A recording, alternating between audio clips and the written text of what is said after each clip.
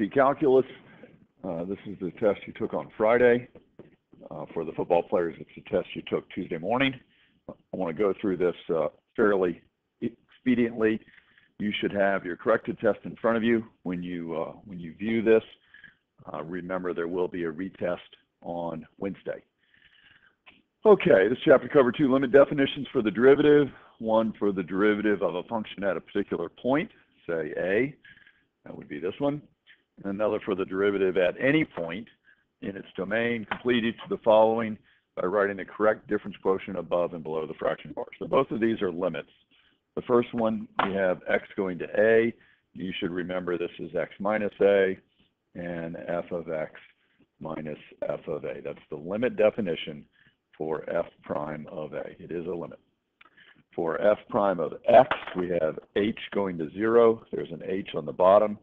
There's a f of x plus h less f of x. And that is the definition for the derivative of f at any point in its domain. Okay, so hopefully you have those memorized. Now, use these two limit definitions to complete these two specific examples. You do not need to evaluate the limits. In fact, you probably cannot evaluate the limits.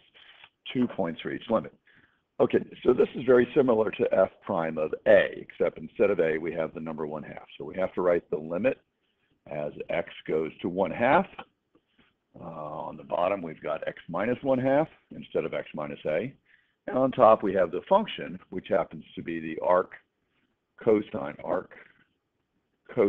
of x minus the arc cosine of 1/2. Now, if you happen to put, pi over 3 here, that would be okay, but you didn't have to do that.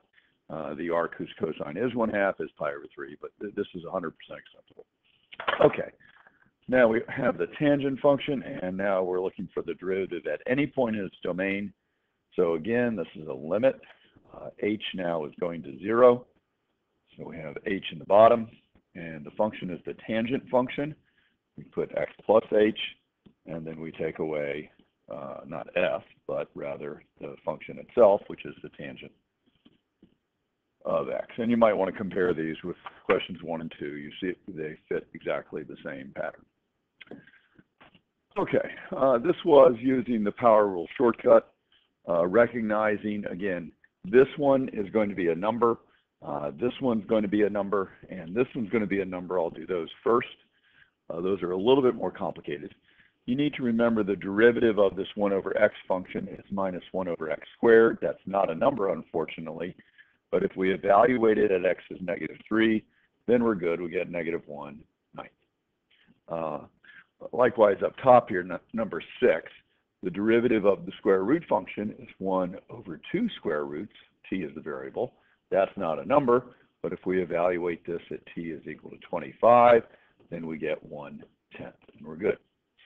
For number 10, this is a function that I really don't recognize. I should probably go off to the side and just do a little work here. The 4th root of x is the same as x to the 1/4, so its derivative would be 1/4 x to the -3/4. Okay, so I'm going to write that as a radical, 1 over 4 times the 4th root of x cubed. Okay, so 1 over 4 times the 4th root of x cubed, but this is supposed to be a number. That's not a number unless we evaluate it at 16. And let's see, the 4th root of 16 is 2. 2 cubed is 8, and 4 times 8 is 32. Just a note, on this, it doesn't matter whether you write the 4th root of x cubed underneath, in which case you'd have to cube 16. Yuck. It's probably easier to think of it this way, 4th root of x cubed. Okay, so these are the same. Okay, so that takes care of those. Now the ones that are variable functions are these, where h goes to 0. H is the horizontal increment. Let's see, this is probably the easiest one. The derivative of the square root function is 1 over 2 square roots of x. Done. This is a power function, right? The derivative of that is -3 x to the -4. Done. And this is interesting. This is just the function x, but the derivative of x is 1. Done. Okay, so those are problems 5 through 10. Derivatives of sine and cosine, evaluate the following.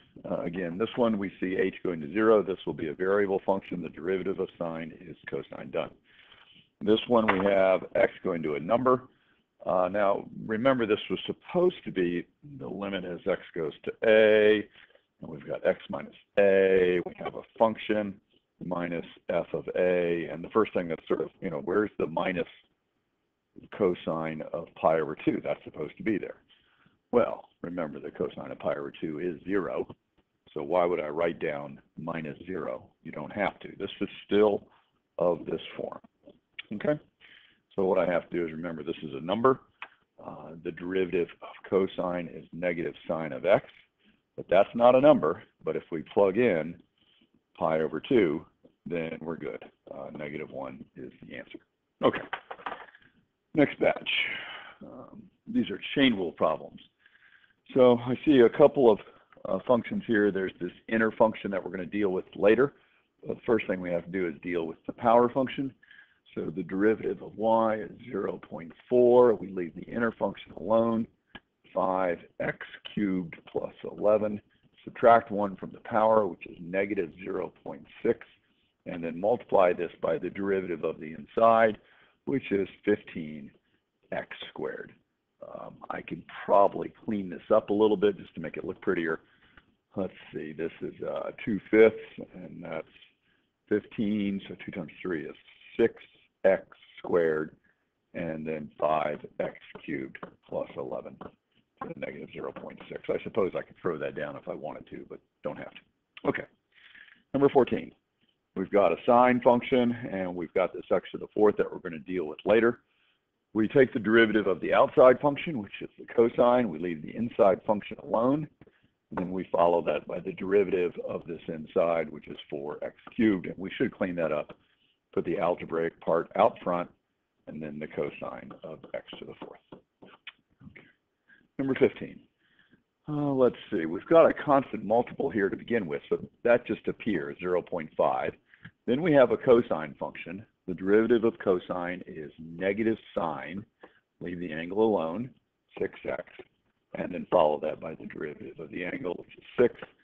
And we should clean that up a little bit. I see a negative 3 sine of 6x. Okay. Now this is a rather intriguing function here. There's actually 3 functions. If you rewrite h, you'll see you have this sine of 7x, but the whole kit and caboodle is to the 5th. So we have a power function, then we have a sine function, then we have a 7x function. So 3 links to the chain here. First, let's take the derivative of the power function. 5 times the sine of 7x to the 4th. Then we take the derivative of the trig function, cosine of 7x. And then we take the derivative of 7x, which is 7. Cleaning it up, we get h prime.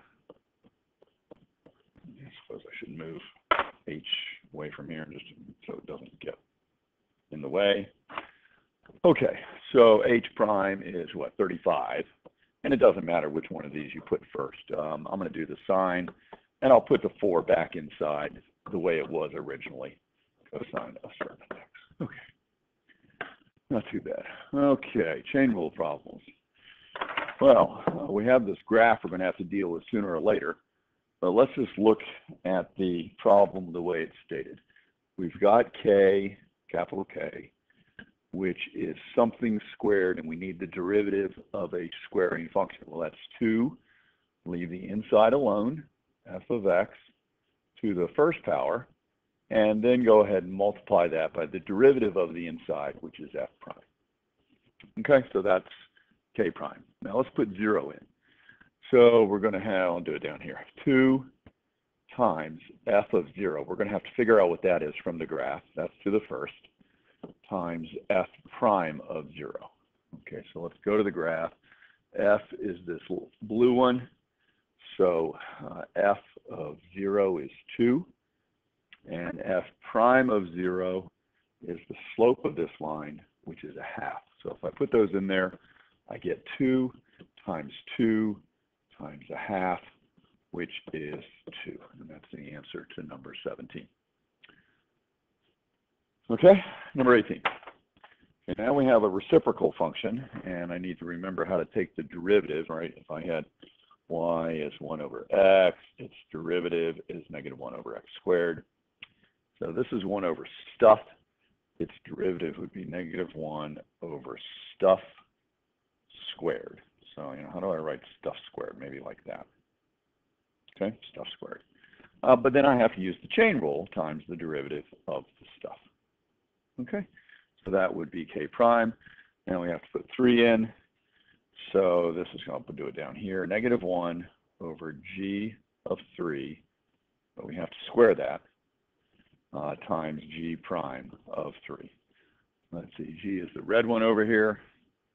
So let's see, g of 3 is 1, and g prime of 3 is the slope of this line. Let's see, it goes up 3, 5, 6, 7, goes up 8, and runs 4. So the slope of that is 2. Right? So let's put all that stuff in there. We've got negative 1 over 1 squared times 2, which is negative 2. Okay, using the chain rule. A note on squaring these functions. This idea of g of x squared, you can do it just like the trig functions. This is perfectly acceptable. That says we're squaring the entire function g. You should not write it as g of x squared. That would be wrong. Okay, there we're squaring only the x. And to ensure that you're squaring the entire function, put it in brackets. That would be good. Okay, that would be okay. So either one of these are acceptable. This is a little bit cleaner, and it's sort of more in line with what we do when we think sine. That's the sine of theta squared, like that. Okay. Number 19, we have a square root function. The derivative of the square root is 1 over 2 square roots. Leave the inner function alone, and then multiply that by the derivative of the inside. Okay, so k prime of 7 is 1 over 2 square roots of g of 7. Okay, times g prime of 7. G is again the red one. We go over here to 7. We find that g of 7 happens to be 4. And g prime of 7 is the slope of this line. Let's see, it goes down 1 and over 3. So m is negative 1/3. Okay, so we'll put all that information in there. We get 1 over 2 square roots of 4. Isn't that nice? Times a negative 1/3. So what is it? Negative 1/12, right? Is the answer. Okay. Number 20. This is a sine function. To take the derivative, it's a composite function. It's a sine of something. So to take the derivative of sine, we know that's the cosine of f of x, and then multiply that by the derivative of f, which is f prime. Lastly, we need to put 5 in. So we're going to have the cosine of f of 5. Remember, f was the blue one over there, times f prime of 5. And let's go to the picture. Let's see, f of 5 is 5. Oops, sorry, that's g. Back that up. Let's get to the f curve. F of 5 is a blue one. So f of 5 is negative 1. And f prime of 5 is the slope of this line, which happens to be 0. So f prime of 5 is 0. F of 5 is negative 1. We'll put those in here. So we get the cosine of negative 1. Yuck, don't know what that is. Times f. Well, that's good because this is 0. The whole thing is 0. Yeah, I have no clue what that is. That's the cosine of negative 1 radians. With if you try that on a calculator, it's probably somewhere around a half. But we don't care because we're multiplying it times 0 anyway. Okay, this is the motion problem. We just need to plug in numbers here, be a little sensitive to units. So velocity at 2, so we need v of 2. They gave us v right here. So 2 squared minus 8 by 2 plus 5. What's that? 4 minus 16 is negative 12. Plus 5 is negative 7. and the units are meters per second. Okay, speed is simply the absolute value. So speed at t is equal to 2 is the absolute value of velocity at 2, which is 7 meters per second. Speed is always non-negative. Acceleration at 2, so they need a of 2. We can't do that until we have acceleration at any time, but that's simply the derivative of the velocity. So again, go back to the velocity equation here, take its derivative, 2t minus 8. So a of 2 is 2 times 2 minus 8, which is 4 minus 8, which is negative 4. Units are meters per second squared. Particles speeding up or slowing down. Well, this has to do with the relative signs of the velocity and acceleration at the given time. So we know the velocity is negative, and we know the acceleration is also negative, right? So at t is equal to 2, which is what we have to deal with, we have both velocity and acceleration being negative quantities. So that means we're speeding up. Okay, why? You should say v of 2 is negative 7 meters per second. A of 2 is negative 4 meters per second squared. Same sign. Both negative implies speeding up.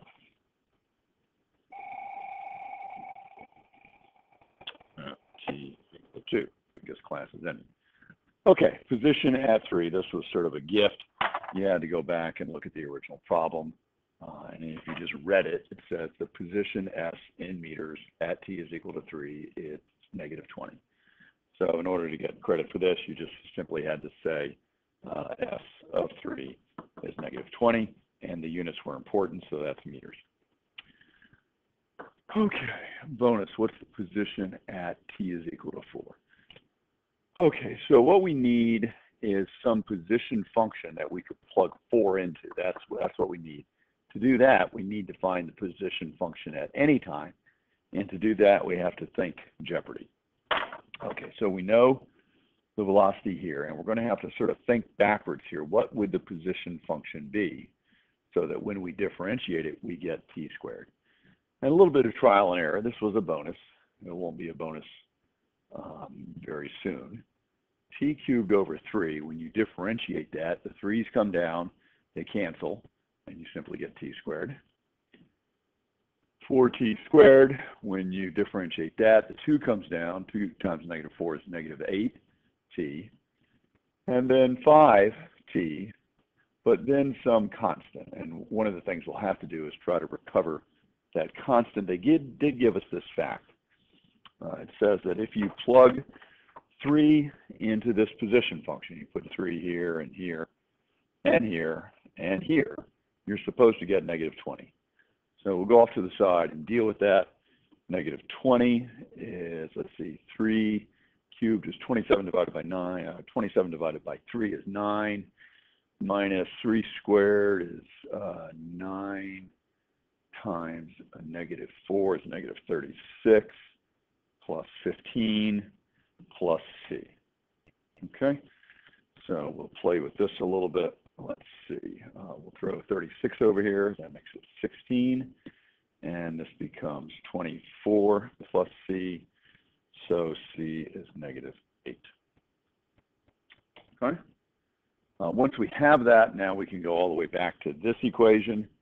S of t is now given to be t cubed over 3 minus 4t squared plus 5t, and we've calculated c to be negative 8. Negative 8. Now, just on a reality check here, remember if we were to plug 3 in, we were supposed to get negative 20, so that might be something you might want to try. Plug 3 in here and here and here, and you should get negative 20. That's not a bad thing, just to double check to make sure we didn't make an error. Okay, so plugging 3 into the first term gives us 9 minus 36 plus 15 minus 8. So what do we have?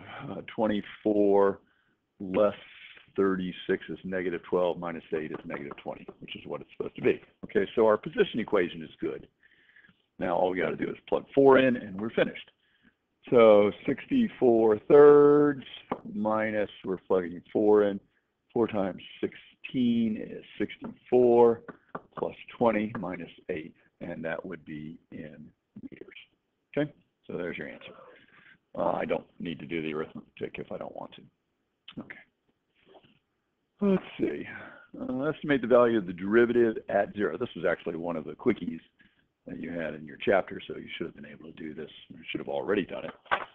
Let's see. So if we have a line and we make it tangent to the curve, right there, I'm trying to draw that as best I can. This is supposed to be tangent at 0. And then all we have to do is figure out what the slope of that is. So, I would pick a couple of points and just do rise over run. I got about, let's see, what did I get? I got about 4/10, 2/5. Okay, so if you go all the way to the edge of the grid, I count 1, 2, 3, 4, 5 units here. 1, 2, 3, 4, 5 units here. And then going up, it ended up about 1, 2, 3, 4-ish. Okay, so y prime of 0 is approximately 4/10 or 2/5. That's probably the easiest way of doing it. Okay, last set of problems. Oops, where's my last set of problems? The last set of problems were the exponentials. Let's see if I can find those. I'll pause this right now. Okay, we're back. Now we have these exponentials. We want to work the derivative of e to the x is simply e to the x. That's one of the easier ones. The derivative of e to the stuff is e to the stuff, but times the derivative of the stuff, you should probably write that as 3e to the 3x. The derivative of e to the stuff is e to the stuff. Don't forget the derivative of the stuff, which is cosine. The derivative of e to the stuff is e to the stuff. Where do I write this? How about e to the sine of 3x times the derivative of 3x, which is 3 cosine of 3x using the chain rule there. Okay, the second derivative of e to the x. Well, here's the first derivative. The second derivative would be the derivative of the first derivative, which is still e to the x. And the second derivative of e to the 3x would be the derivative of this. The initial 3 comes down. The derivative of e to the 3x is e to the 3x times 3. So that cleans up as 9e to the 3x. Okay, exponentials, pretty easy to do. Logarithmic functions almost just as easy. The derivative of a log is 1 over x. The derivative of a log of stuff is 1 over stuff. Don't forget to take the derivative of the stuff. So this is again 1 over x. Here's some more complicated stuff. The derivative of the log of the cosine is 1 over the cosine times the derivative of cosine, which is negative sine of x. You should probably clean that up as negative tangent, right? Sine over cosine is tangent. And lastly, we have the derivative of the sine of the log of the sine of 3x. So that's 1 over the sine of 3x times the cosine of 3x times 3. So again, clean that up a little bit. I get 3 cotangent of 3x. Cosine over sine is cotangent. Okay, for these last few, refer to number 34 above. What the heck was 34? That's the derivative of the log. Okay, so the second derivative of the log is simply the derivative of 1 over x, which you should remember is negative 1 over x squared. And the third derivative of log would be the derivative of the second derivative. Let's see, let's rewrite this as minus 1 x to the negative 2 so we can use the power rule. And negative 1 times negative 2 is 2, x to the negative 3. Okay, so 2 over x cubed. Logs and exponents are in particularly easy to deal with. Okay, use properties of logarithms. Okay, so we have a log of a bunch of stuff here. Let me just note that f of x is the natural log of, on top we have 3 times x times x times x times x, a bunch of products, and on the bottom we've got the sine of x times the sine of x. Okay? So reusing the properties of logs, this is the same as the log of 3 plus the log of x plus, so wait a minute, I don't have to do the log of x 4 times. I can just write plus 4 logs of x. Remember, that was also one of our properties, that if you have the natural log of x to the 4th, you can rewrite it as 4 log x. Okay. And then on the bottom, I got to subtract off these guys. I got 2 of those, so that'd be the log of the sine of x. And now I got to subtract off both of them, so I have to be a little careful here. Log of sine of x. So there we are. We're rewriting f. I suppose I could do this a little bit cleaner and say I'm subtracting off 2 of them. So that makes sense. 2 times the natural log of the sine of x. Okay. So once we have that, we can just take the derivative.